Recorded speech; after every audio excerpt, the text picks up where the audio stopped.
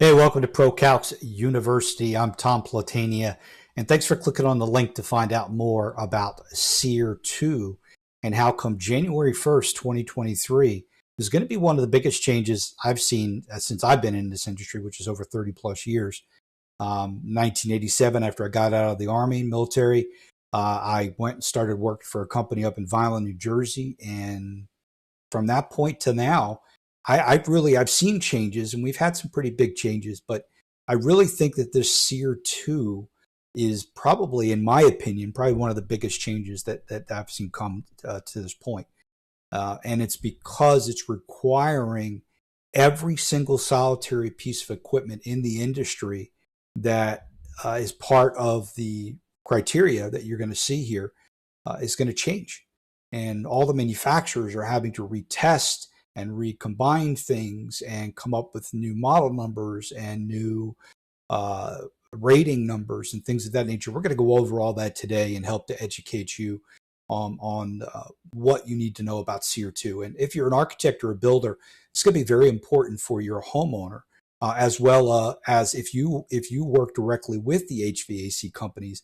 Don't always assume that the HVAC company knows exactly what they're talking about or knows exactly, because working in the HVAC industry all these years, a lot of times a lot of the technicians and installers, they end up hearing things through the grapevine. Well, you know how the grapevine works. Start one end by grandma has a brand new shirt, and by the time it gets down to the other end of the table, grandmother's on her deathbed, and all kinds of crazy stuff's going on. So let's stop at the grapevine stuff and let's find the truth. And a lot of what I'm going to be talking about today, you can go to SEER2.com. There's some great videos and things of there as well. So let's go ahead and get started here.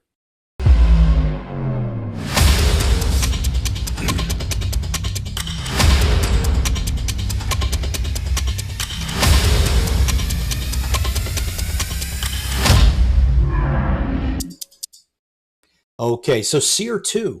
Well, before we get into SEER2, let's kind of go back to basics and understand a little bit about what SEER stands for, right? Because we're going to need to understand that to understand what the changes in SEER2. So what is SEER? So kind of put myself down to the side over here. So SEER, seasonal energy efficiency ratio. In common terms, it's no different than gas mileage in a car. Okay, miles per gallon. So two different cars can get from point A to point B, same amount of time, it's the same distance, but one, because it has a higher mile per gallon, is able to use less fuel energy to get to the same destination at the same period of time. Now, we know that some of these cars are going to be a little more comfortable than others. However, the concept of the mile per gallon is basically the same thing here. Same thing with air conditioners. The higher efficiency the air handler or the condenser, when we put these two together, the less energy, electricity that you're going to use to have the same output of BTU capacity. So let's say it's a 3-ton system that's only 14 SEER, seasonal energy efficiency ratio, but I have another one that's 16 or 18. Well, it's going to cool the house down, but it's going to use a lot less energy to do the same thing. So that's the concept around SEER itself, the original definition. So if you like technical stuff, let's get into it. What we're talking about BTUs, what the BTU output is based on the electrical usage, watts. So divide those, and that's how the manufacturers, and we're going to talk about AHRI, Air Conditioning, Heating, Refrigeration Institute, in a minute. That's how they're able to determine what the SEER rating is. Now, SEER has always been kind of done in a controlled environment where people are, they're setting these guidelines and these standards, but then you take the equipment and you bring it out and install it in the real world. And that's what we're going to talk about, where some of these changes to SEER2 are going to make. But let's understand some of the other terminology. So SEER is seasonal energy efficiency ratio. So exactly what it says, it takes the seasons into account, the dips and the highs and the lows of temperatures, and it uses the testing criteria to come up with the efficiency ratio. However, In some of the others, we take the seasons out. If we keep it, as you can see here, if we keep it at a constant 95 degrees and a constant temperature inside, that's the EE, the energy efficiency ratio without the seasons. And now we have split systems or even package units that have, which are called heat pumps. That's a topic for a different conversation. But the heat pump has its own efficiency rating. As you can see here, it's the heating seasonal performance factor. So similar to SEER, it's taking the heating factor. So in a heat pump system, the inside unit is identical.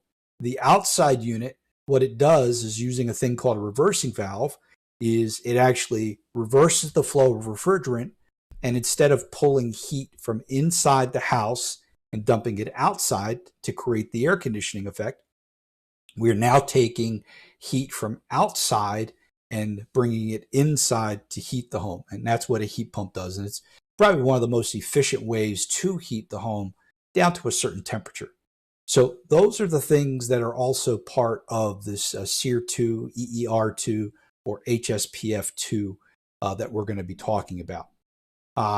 So moving forward. So what's the two? So when they add the two to it, what are we talking about? So Department of Energy, January 1st, 2023, what they are now doing is they're taking all the split air conditioning systems and all the heat pump systems, and they're saying, okay, we need to change these testing procedures because, you guys test this equipment in these perfectly controlled environments with just a little bit of duct work and all these other things. And now we take the equipment, and I don't know, there's probably 1 million heating and air conditioning companies out there in the United States, not even counting internationally. But if you have 1 million air conditioning companies out there and you take the same exact piece of equipment, what are the chances that all 1 million of those people are going to install the equipment exactly how it was tested in the controlled environment? None. In fact, that's the reason that the SEER2 is here, is because they realized that none of the conditions would be the same from their testing procedures to what was in the real world. And I'm loving this because being in the industry so long, SEER's been around and it hasn't changed. And it's like, well, wait a minute. They realized that, wow, if we're saying this is a 16 SEER system at 35,000 BTUs, and now we put it out into the real world, and they got duct work, and they got elevations, and they got all these different things, now the output of the system is much lower, and also the efficiency rating, where it was supposed to be a 16, and now we're finding out that this equipment is putting out less than 14. And that's where these testing procedures. But January 1st, 2023, if you're watching this after then, boy, you need to get caught up. If you're watching this before then you need to prepare yourself and prepare your clients. Because if you're an architect or a builder, well, you're probably not doing this today. An architect, you're planning, you're designing, and you're creating something that probably 3, 4, 5, 6 months down the road is going to be done. Same thing with a builder. Is you may be getting plans, working with somebody, and coming up with the concepts, ideas that when it's time to start, break ground and whatnot, you want to be prepared. And that's kind of what this video and this course is about. So when we go to the next is what's determined the new test procedures. All right. So I'll move myself over here a little bit so you can see the other part. So the efficiency is determined. So what are those? So what we need to understand is what the original testing procedures for the SEER were versus the SEER2. Okay. And we'll go through that here. So let's look at the difference. So right now, the standard testing procedures, now there might be some technical terms in here, and that's okay. You can Google them. Google's an amazing thing. I do it all the time. So typically right now, what they're doing is they're testing the equipment using what's called a static pressure of about 0.1 to 0.02. Now, in the real world, the moment you put flex duct, a plenum, and you duct these out to 3 or 4 or 5 grills in your home, you're already above the 0.2. And there's a lot of things that go into factor. Now, static pressure, basically you blow up a balloon, the air is putting a pressure. It's putting a static pressure against the outside of the balloon, causing it, as the volume increases, causing it to expand. So static pressure is basically the pressure that's put from the air going into the duct system that's pushing against the sides. What's that pressure? Now, the greater that pressure, the harder it is for the fan to push the air through that. Notice as the balloon starts getting bigger and bigger, it's a little harder to get air into it. Kind of like, when you go to blow up those pool toys. Boy, you get to in the beginning, it's like boom, boom, boom, boom, boom. And then you get to the end and you almost feel like you're not doing anything. So that's what they used to do. And then they realized, okay, so, and obviously in order to have a testing procedure, you need to have strict guidelines. So we're going to have a specific 1,000 CFMs. And now where you see here about the wattage, what that is that is the amount of wattage that the motor produces or is using in order to push that 1,000 CFMs through the duct system up to a 0.2. Now, typically the higher, and you can see that on the other procedure, the higher the pressure, makes sense. The higher the pressure, the harder it is and the more energy that motor is going to use. Kind of like if you're a runner, you're running down the road and okay, you feel great, you're breathing great in through your nose, out through your mouth, or however you breathe. But I say, okay, now I'm going to put a straw in your mouth. You can't breathe out of your nose. You have to breathe through that straw and keep running. Well, unless you're some Ironman triathlete, you're probably not going to do too well trying to breathe out of that straw. But you're going to have consumed a lot more energy trying to do it. Also, they test the procedures. The coldest temperature would be at 17 degrees, and for heating, it would begin at 65. Now, the new procedures look at some more real world. Probably the biggest thing is the static pressure right here. And that is because in the real world, when I put a duct system with flex duct and I got these big houses and I'm running ducts to the other side of the house, my static pressure is going to be much bigger because now I'm taking into consideration all of the factors, all of the bends, all of the grills, the filter, the coils. I'm taking all of these things into account to determine the static pressure. And those have, over the years, because of intricate duct systems and materials, they have greatly increased. So you're pretty much not going to find a good duct system at 0.1 to 0.2 ever. You're going to be more realistically deployed to 0.5, to 0.6, to 0.7, 0.8.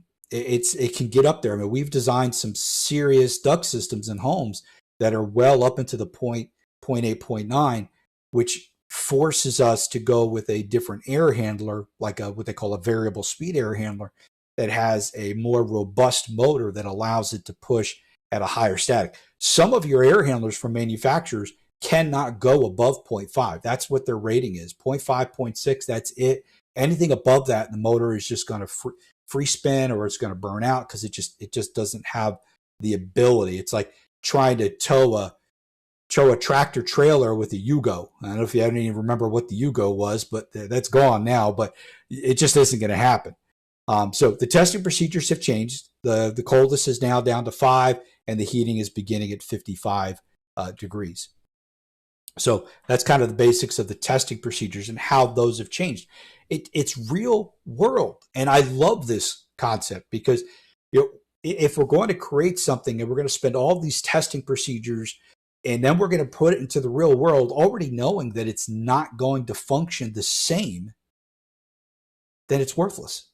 All right. So we need to really look at this. So I'm really happy about this change. So now the next thing we want to look at is, okay, how are these going to be making changes? Now, just looking at it in a nutshell, it doesn't mean that every 16 SEER system is going to be 15.2. It doesn't mean every 15 SEER system is going to be 14.3 on SEER2, because every individual piece of equipment is going to function differently. All right. So what the new test procedures are using higher static, as we talked about, to replicate the real world. We have the new procedures, which is the SEER2 HSPF2, which are slightly lower compared to today's SEER. So because we are putting more, we're causing the systems to work a little harder, we're going to look at, okay, now what is the output? And this actually kind of disturbs me a little bit when we look at, well, the 16 SEER. So that means up to this point, every 16 SEER system that has been sold, technically, when you put it into the real world, never got 16 SEER. And what makes this even more unfathomable is, working for out in the field and working for manufacturers and having my own company and whatnot is, okay, so we know that this system is supposed to be installed using specific criteria. Everything is supposed to be done to perfection. Refrigerant lines are supposed to be flushed out properly. Everything's supposed to be level. The airflow is supposed to be checked. So in a perfect world, when we design something and we say, okay, this combination gets 16 SEER, it's going to have 35,000 BTUs, and it needs to have 1,000 CFMs. Well, 90% of every system that's installed, the CFMs are never confirmed on the equipment. The charges, over 70% of the time, the charges are not done correctly. The refrigerant lines aren't flushed out. So even when it was supposed to get 16 SEER, and this is saying 15.2 on the SEER2, the installation makes the world of difference. And that's where some of the biggest falters come in. So this 16 SEER that we've gotten in the past, I mean, it may be down into the 14s and 15s like we talked about, not only because of the real world, but human error as well. All right. So we have to keep that in mind. So because of this, not some manufacturers, all manufacturers that are producing equipment that falls into these categories, the SEER category, the HSPF2 category, that's going to have ductwork attached to it. Now, I say that because a mini split, and the term mini split is kind of a vast terminology now, because a mini split, the first thing you think about is this ugly thing that hangs on the wall, right? Well, in today's world with Daikin and Mitsubishi and whatnot, they have short pancake ducted units. They have standard air handler ducted, and they all work off of the mini split condenser outside. So if we don't have ductwork attached, those units are not going to be affected as much, but they are still going to have a SEER2 combination rating put together, utilizing all the other criteria that are put into place. Okay, so what areas are going to be affected? This map here is key. When you go to SEER2.com, you're going to see a lot of information on this. What'll help you. You need to go to your state. You need to Google your information. But what we're looking at here, if you see at the top on the blue sections right here, in those areas, they are allowed to keep the inventory and work through it. No new equipment as of January 1st, 2023 can be produced in those areas. It is only what has already been produced. They have to sell out of that inventory, and then once that's out, then they have to do SEER2. But if they need something that is not already in stock, they then have to abide by the SEER2 changes. Now, when you look in the southeast area here, no option. It's illegal. As of January 1st, 2023, doesn't matter whether it's inventory in stock, you cannot produce, sell, or install in that area, southeast area, everything in red there, after January 1st, 2023. So a lot of these air conditioning companies, and if I was in their shoes, if I didn't know, I'd be panicking too and say, wait a minute, I bought all this equipment. And when I say that, a lot of your manufacturers offer discounts to HVAC companies to purchase product ahead of time. So if you buy these 20 systems, I'll give you a 2.5% or 3% discount. But you got to stock them in your warehouse, and then as you use them, I can replenish it.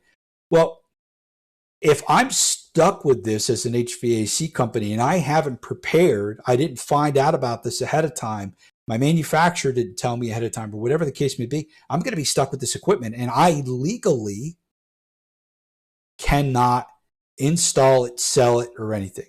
So you need to find out what location that you are in. Now we also have the Southwest area, which is basically about the same thing. It's going to be illegal to sell in those areas. But you know, the best thing to do is to go to your local state, because we know everything that happens, there's a politician involved. Okay. And sometimes that can be good. Sometimes it can be bad. Most of the times it's bad. But so you need to check with your local jurisdiction, your county, your state, and you need to find out what they are allowing to happen. What are they pushing? Are they pushing for changes? Have they found a way to loophole through this somehow, where this national guideline here is just a rule of thumb for them? So you need to look at what each individual location. Now, how do we talk when we talk about the combinations? The manufacturers produce a condenser, which is an outside unit, and they produce the inside unit, and then they put these two together and they test them in their facility, and they say that, okay, this combination, this model number, this exact model number of the outside unit, this exact model number of the inside unit, they get this many BTUs and this efficiency. Okay. So do you think we want to take the word of the HVAC, the manufacturer that's trying to sell us their product? And this is a word of advice, which most of the people watching this are probably just absolutely brilliant and knowledgeable, but a word of advice: always research the individual that is telling you information in order for you to buy the service or product that they're offering. Because if I'm trying to sell you something and I know that you're not going to verify the information, I can pretty much tell you anything I want.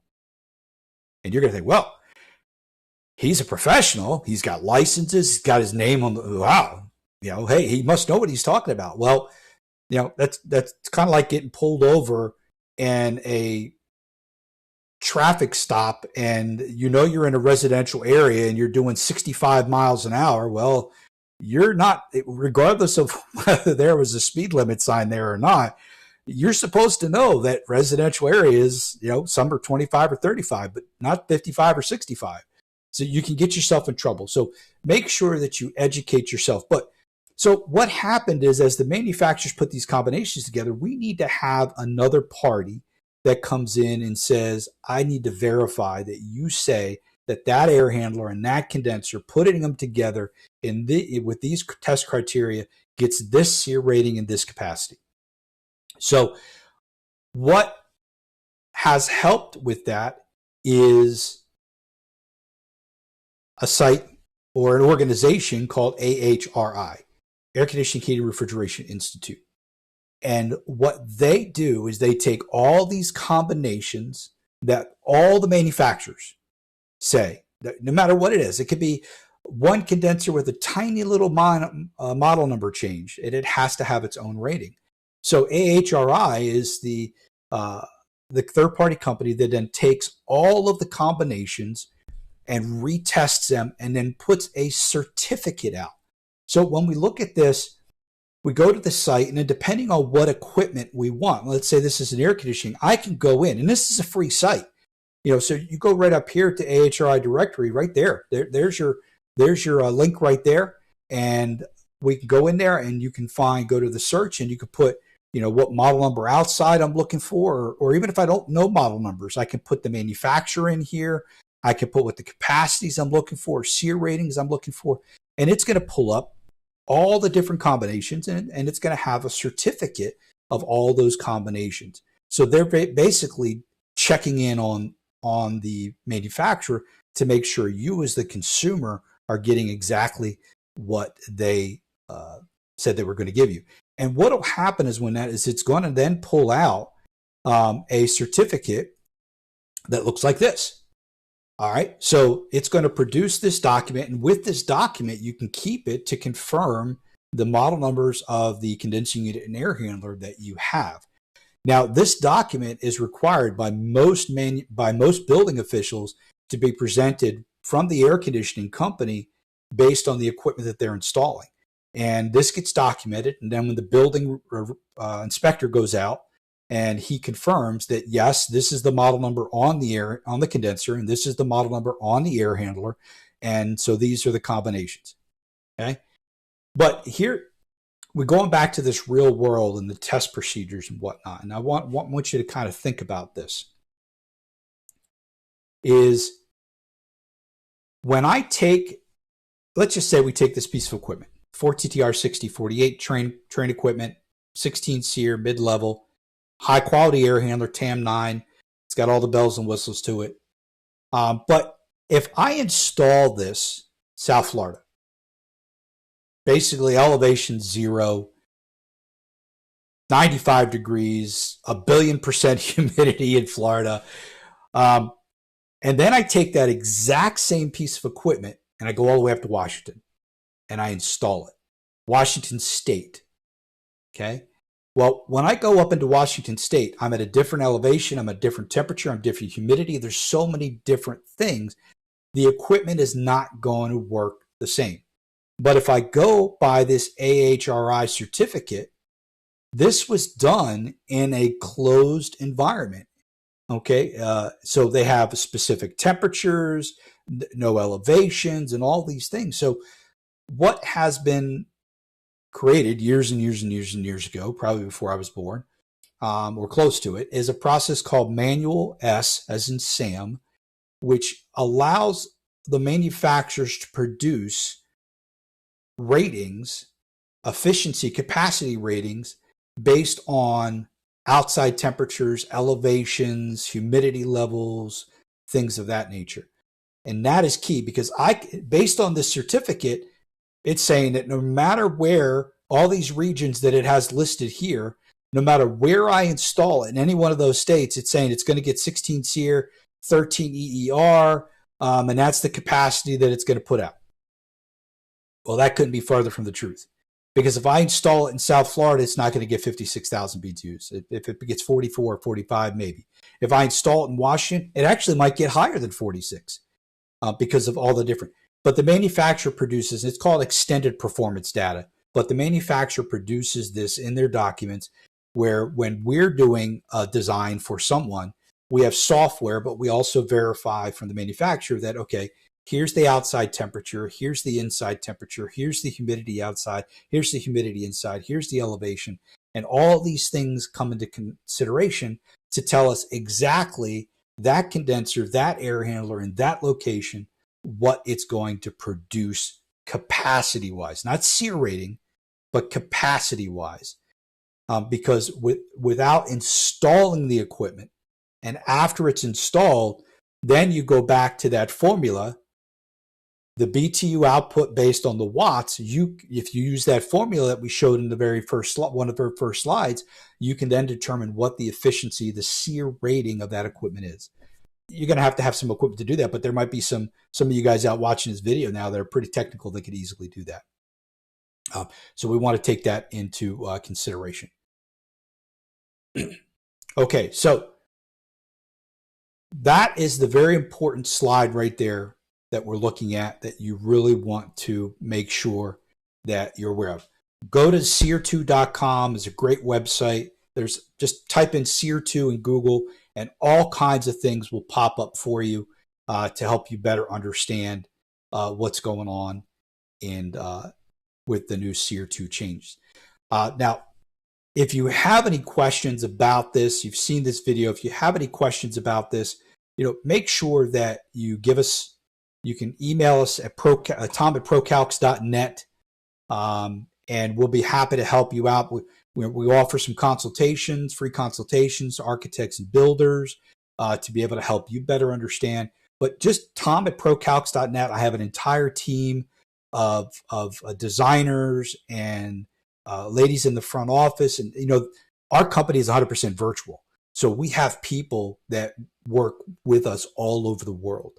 And it's a blessing to have all of these people to be able to help ProCalcs and to be able to help educate you as a consumer who's going to be buying these products, this SEER2, all of this air conditioning. So even if you're not going to be replacing your air conditioner, let's say you're a homeowner watching this, you're not going to be replacing your air conditioner for a couple of years. You still need to know about this to plan. If you're an architect or a builder, you need to know about this so that you can plan and make sure that your HVAC guy isn't telling you something that's not true. And if you're an HVAC company watching this, you need to make sure you get with your manufacturer and you prepare. Because if you're watching this in the southeast part of the United States that we showed on that map, and you have a piece of equipment and you get caught, they are going to be very, very harsh on this. Obviously, it's going to be up to your local building department, but they're going to be harsh on the fines and whatnot. So protect yourself. So, and if there's any other things that you'd like us to talk about at ProCalcs University, go ahead and again, Tom at ProCalcs.net, we'll be happy to help you with that. And I appreciate it. Everybody have a blessed day.